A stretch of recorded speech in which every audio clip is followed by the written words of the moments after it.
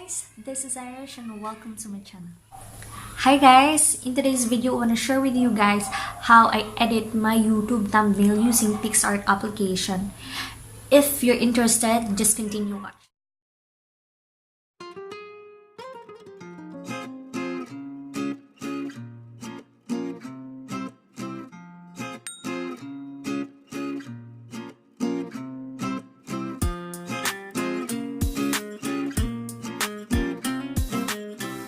Nais mo tayo sa PicsArt application, hanapin ang ating picture na gustong i-edit or gagamitin. Pagkatapos nun is click natin ito upang mag-load ito sa PicsArt application natin.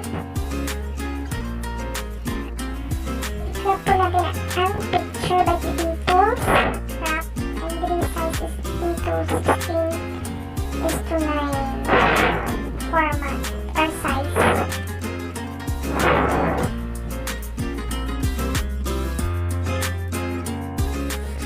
Ngayon guys, maglalagay ako ng text ng title ng aking video, which is how to edit YouTube thumbnail using PicsArt.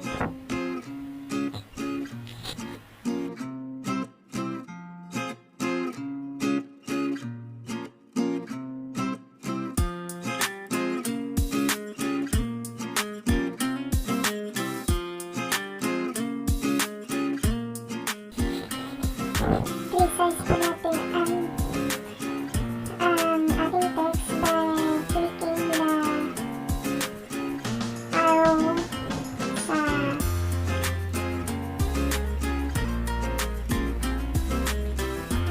lower portion po ng ating cursor. Pumili pa tayo ng font at paghalang po natin dito yung kapag nag-edit tayo ng color, yung stroke or font ng ating text.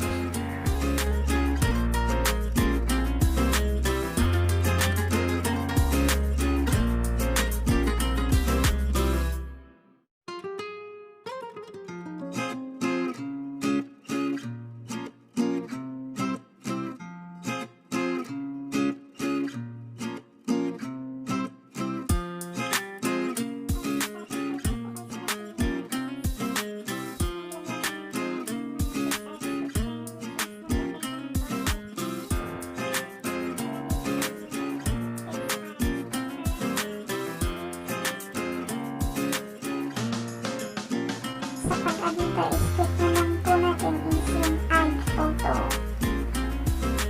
And then piliin ang picture na kailangan o mga ilangan dahil.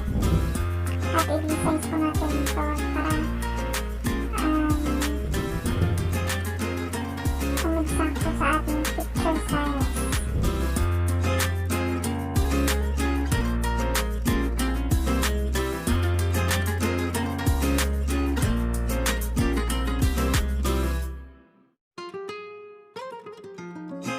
Every time po na may binabago tayo, after natin baguhin is just always click the check yung nasa taas po ng ating screen.